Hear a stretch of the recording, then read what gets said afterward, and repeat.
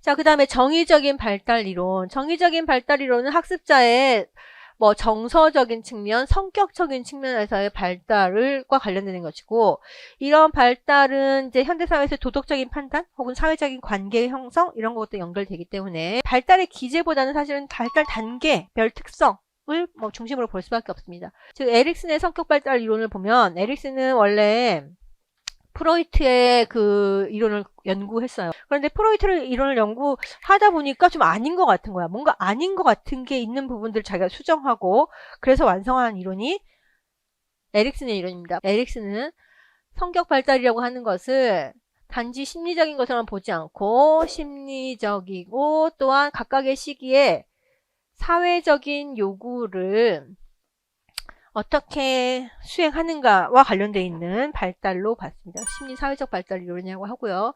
그때 중요한 역할을 하는 것은 의식세계에서 있는 자아, 즉 에고의 역할이 매우 중요하다라고 한 관점이고, 그래서 인간의 어떤 성격 발달은 인생의 전 시기에 걸쳐서 각각의 시기에서 요구되는 사회적 과업들을 얼마나 성공적으로 수행할 수 있는가 없는가에 따라서 각각의 시기에 발달되는 긍정적인 성격 혹은 그 각각의 시기에 또 그 과업을 실패한다고 한다면 그런 부정적인 성격들이 축적되고 누적되고 하면서 어떤 하나의 사람의 성격의 조합이 만들어진다라고 본 것이 에릭슨의 이론. 순서 아시다시피 신, 자, 주, 근, 정, 친, 생, 통.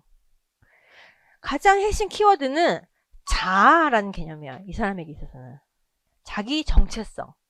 그래서 인간 발달에서 가장 핵심적인 시기는 자아 정체감이 형성되기 전과 자아 정체감이 형성되기 후의 시기입니다. 자아 정체감이 형성되기 전까지의 시기는 일단 사회에서 약간 온전한 하나의 개체인 인간으로서 성장할 수 있도록 아주 어렸을 때는 사회를 신뢰해도 괜찮은 것 같죠. 양육자와의 관계 속에서. 그 다음에 자기의 어떤 몸과 신체를, 자기 신체와 어떤 행동을 자기가 스스로 할 수 있게 되는가 없는가. 만약에 이제 내가 팔을 이렇게 꼽히고 싶은데 막 마음대로 안 꼽혀져. 자율성이 획득되지 않는 거죠. 주도성은 뭔가 내가 모종의 일을 계획적으로 의도적으로 뭔가 하는 걸 얘기하는 거예요. 그래서 신발을 신는다든가 옷을 입는다든가 이런 거 할 때 스스로 하는 것을 주도성이라고 하는 것이고요. 근면성이라고 하는 것은 뭔가를 열심히 잘 하게 되는 거죠. 뭔가 지식과 기능을 갖게 되는 거. 그래서 어렸을 때 막 그 100점 맞으면 엄마 나 100점 맞았어 하고 오는 게 자기 나름대로는 그 시기에 인생 과업을 너무 잘 해결한 게 너무 만족스러운 거죠. 이 시기까지는 사실은 인간으로 살고 있지만 내가 누구인가에 대한 자기 인식이 없는 상태예요. 그냥 그 사회적으로 요구되는 어떤 과업들 내지는 그 발달 시기에 필요로 하는 어떤 과업들을 그냥 수행하고 있는 것이지. 만약에 있더라도 나는 뭐가 좋아, 나는 뭐 할 거야 이런 게 되게 주변의 영향도 많이 받고 그때그때 막 잘 바뀌어요. 그래서 보통 어렸을 때 꿈이 하루에 한 번씩 바뀌는 친구들이 많잖아.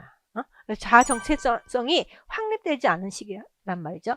그런데 어느 시기에 오게 되면 우리가 흔히 청소년기라고 부르는 시기에 오게 되면 자기가 무엇을 잘하는지 못하는지 나는 누구인지에 대해서 다시 고민하게 되고 탐색하게 되고 관심을 갖게 돼요.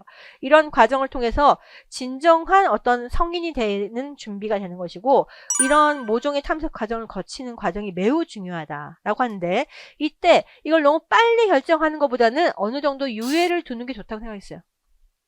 고민을 해야 된다는 거지. 한마디로 청소년기에 갈등하고 방황하는 것은 오히려 건전하다고 보는 거야. 그런 과정을 거치면서 자신의 어떤 정체성을 성장시키게 되고 그 이후 시기는 이제 성인의 삶입니다. 성인의 삶에서는 우리가 흔히 생각하는 보통 뭐 정상적인 성인의 삶 있죠?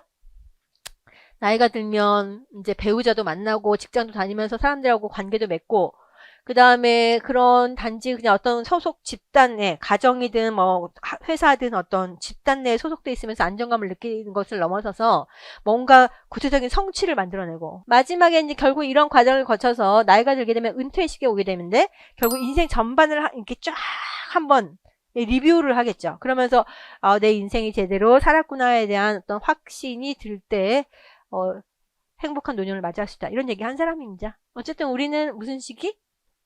요 시기 중심으로 해서 공부를 하시고 앞뒤의 시기 이제 보시면 되겠죠.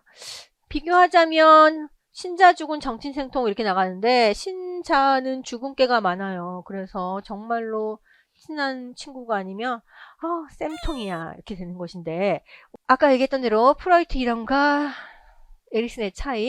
프로이트는 구강기, 항문기 등으로 전개되는데 결국 그 원초적인 욕구가 어디에 집중되냐인데, 가장 튀어나오면 먼저 구강이 집중돼 있다가 그 다음에 항문으로 내려가는 시기죠.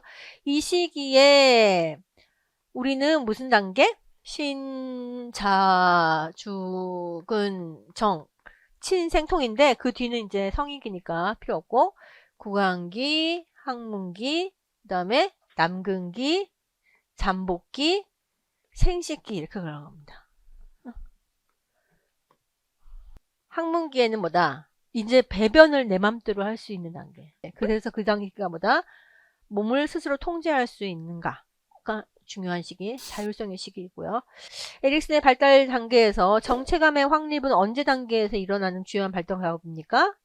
아동기가 아니고 청소년기. 아까 봤던 아동기는 자율성, 주도성, 급면성 이런 시기죠. 자아 정체감의 시기는 청소년기. 그래서 우리가 이제 우리나라 2022 개정교육과정에서 특히 강조하는 게 뭡니까? 물론 2015 때부터도 강조했지만 진로교육 매우 강조하고 있어요. 왜냐하면 중등교육에서 가장 핵심 시기가 이 시기인데, 이 시기에서 가장 해야 될 게 뭐냐? 자기의 자아 정체감을 확립하는 거야. 나는 어떤 사람이다. 난 무엇을 잘한다. 나는 어떤 일을 하고 살 것이다. 어떤 직업을 선택할 것이다. 등등의 인생의 삶의 경로를 설계하고 결정짓고 그것을 위한 준비를 해나가기 시작해야 되는 그런 단계인데, 전혀 그런 것을 생각할 시간적 여유도 없이 막 교과만 배운다고 해서 인생을 잘 사는 게 아니라는 거죠. 결국 우리는 추구한 거는 아동 모두가 교육을 통해서 행복해지는 거니까 진로교육의 중요성이 에릭슨의 발달 단계에서도 볼 수 있는 것이고요. 에릭슨의 자아정체감에 관련된 견해 중 옳은 것은 그랬습니다. 아까 봤던 대로 아동기 아니고요. 정체감은 언제요? 청소년기니까 인생 회고 단계에선 자아통합이라고 했고요. 자아정체감 형성을 위해서 대안점을 탐색하는 시기를 뭐라고도 하냐면 심리적 유예기라고도 부른다고요. 정체감 확립은 권유에 따라서 자신의 역할을 방향을 급히 선택한 상태가 아니고, 이거는 이제 마샤의 정체감 지휘론에서 나오는데, 요건 정체감 폐쇄 단계라고 합니다. 한마디로 문 닫아버린 거죠. 정체감에 대한 고민을 문 닫은 거야. 왜? 엄마 아빠가 말해준 대로 그냥 하기로 했으니까. 그러니까 좋지 않고요. 정체감 확립은 고민과 갈등 후에, 여러 가지 탐색 후에 그 다음에 결정한 상태. 그렇게 결정하게 되면 갈등해봤기 때문에 다시 흔들릴 일이 없잖아요. 그렇게 됐을 때 우리는 정체감 확립이라고 합니다.